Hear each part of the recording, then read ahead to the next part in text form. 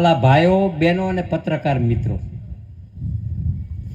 આજથી ગઈ 27 તારીખે જ્યારે હું આવ્યો ત્યારે સમગ્ર મોરબી જિલ્લાના તમામ સમાજનો અને પાર્ટીનો આભાર માનું કે લગભગ 5 વાગે યાત્રા ચાલુ કરી અને 10:30 વાગે ચોકમાં પહોંચ્યા. હાથી ઉપર બે આવ્યો મારા કાર્યકર્તાએ અને સમાજે જે સન્માન કર્યું એ બદલ હું સમાજનો આભાર માનું.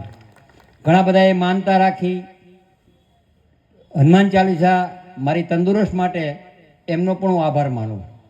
પણ જ્યારે 27 તારીખ આવ્યો ત્યારે મને એમ હતું કે ભગવાન પાસે મેં પ્રાર્થના કરી કે મને જુસ્સો આપ, જોમ આપ અને 5 વર્ષ સુધી આ ચૂંટાયેલા પ્રતિનિધિ સારી રીતે કામ કરે અને સારા માણસો આવે એના માટે અમે પ્રયત્ન કર્યા.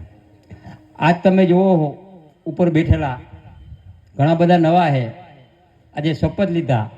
મારી એક જ લાગણી છે કે બીજી વાર તમે તમારા વોર્ડના, તમારા ગામના, તમારા જિલ્લા પંચાયતના સભ્યના ગામના એ કહેવા આવે કે આને ટિકિટ આપો. ઊંચો હાથ કરો તો એ કઈ રીતે કહેવા આવશે કે તમે તમારા કામમાં, વિસ્તારમાં સવારમાં ઉઠી તમારા ઘરે 2-5 જણા આવે તેને સાંભળજો, એના કામની નોંધ લેજો અને એનું કામ પૂરું કરી દેજો અને એને મહેમાનગતિ કરજો. તો મને એવું લાગે કે તમારું આયુષ્ય રાજકારણનું લાંબુ રહેશે. અમે 1982 ધારાસભ્ય છીએ. દર વખતે 100 જણા બદલાય. શું કામ? શું જરૂર પાર્ટીને બદલાવાની? પાર્ટીને સાચો કાર્યકર્તા જોઈ છે, પાર્ટીને સાચો નિષ્ઠાવાન માણસ જોઈ છે, પાર્ટીનો વફાદાર માણસ જોઈ છે. તો પાર્ટીને શું કામ બદલાવો જોઈએ એ આપણે સંશોધન કરવાનું. મારી લાગણી છે કે મોરબીનો જે વિકાસ અત્યારે જે ચાલુ, આજે હું એક માનતા પૂરી કરવા જતો, અહીંયા મને કહે કે આ રોડ એકારે રોડ ચાલુ કરો માં કહીએ, ગુંડળા રોડ ને SP રોડ ને બધા ચાલુ, ટ્રાફિકની સમસ્યા, 2 જ રોડ ચાલુ કરી આપી. એકારે 30 રોડ આપણે બનાવી આપી. એટલી તાકાત છે મોરબીમાં.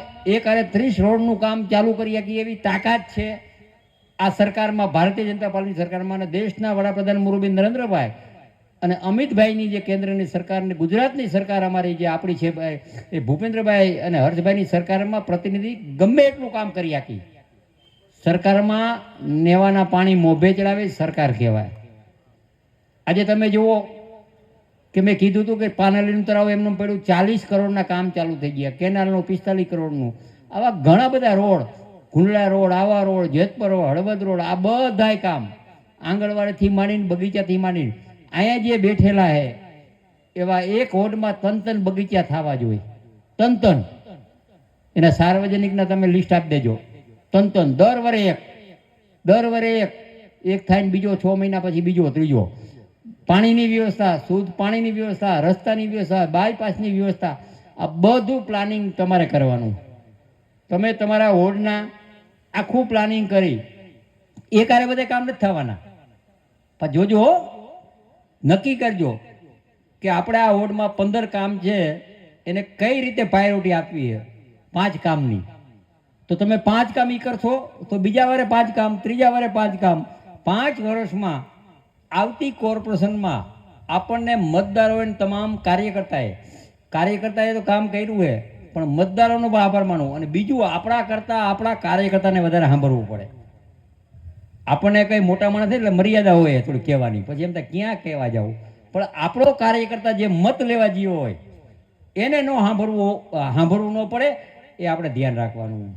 મને કહેતા આનંદ થાય કે 52 સીટ ગઈ વખતે નગરપાલિકામાં અમારા લાખાભાઈની આગેવાની નીચે આવી હતી. આજુ ખેલે પણ ભારતીય જનતા પાર્ટીના તમામ હોદ્દેદારો, કાર્યકર્તાઓ રાતથી મહેનત કરી અને જે સીટ જે લાવ્યા છે એ હવે વિકાસ સિવાય બીજી વાત નહીં. તમે તમારા વિસ્તારમાં વિકાસની વાત કરો, કોઈ ગામના કંદડતા હોય તો તમારી જવાબદારી થાય. ચૂંટાયેલા પ્રતિનિધિની જવાબદારી કાન જાલીને બેહારવાની, એ પણ આપણી જવાબદારી છે. ખાલી એક વિકાસની વાત નથી. સાચો પ્રતિનિધિ કહેવાય કે જે પણ માણસ રખોપું રાખે અને વિકાસ કરે અને વિકાસના પૈસા સારી રીતે વપરાય અને સારા કામ થાય પ્રતિનિધિ. અત્યારે હું વર્ષોથી જાહેરજીમાં આ ચૂંટણી એવી છે મોરબીની, નથી કોઈ સત્તાનો ઉપયોગ કર્યો, નથી કોઈ ટપોરિયાનો ઉપયોગ કર્યો, અને આ ચૂંટણી જીતાઈ. તમે બધા નસીબદાર છો.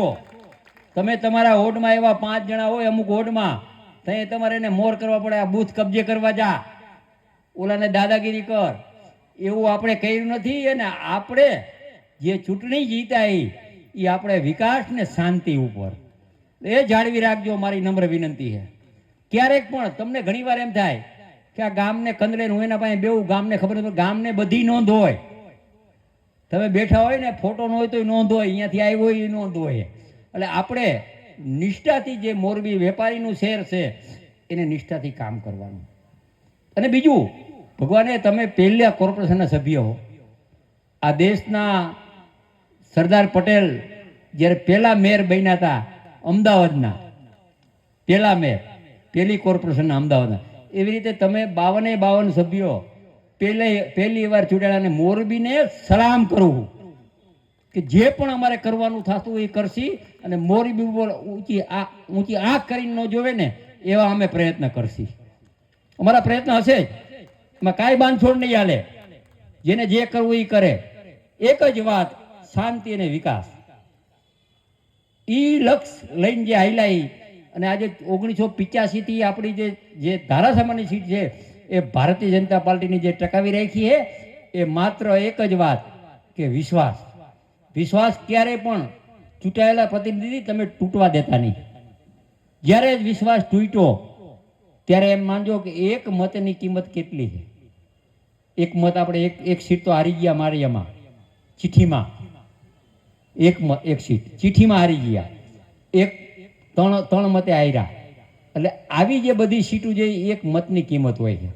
મતમાં લાઈનમાં બેઠા હોય આપણા કાર્યકર્તા, ખાલી એક પણ ફોન નથી કર્યો, ખાલી સોશિયલ મીડિયાથી 1500-2000 માણસ આવી જાય, તમારો સમારંભમાં તમારું સન્માન થતું હોય, અહીંયા 2000 માણસ આવીને તાળીઓ પાડતા હોય, તો તાળીઓનો જવાબ આપણે વિકાસ અને શાંતિથી આપવાનો.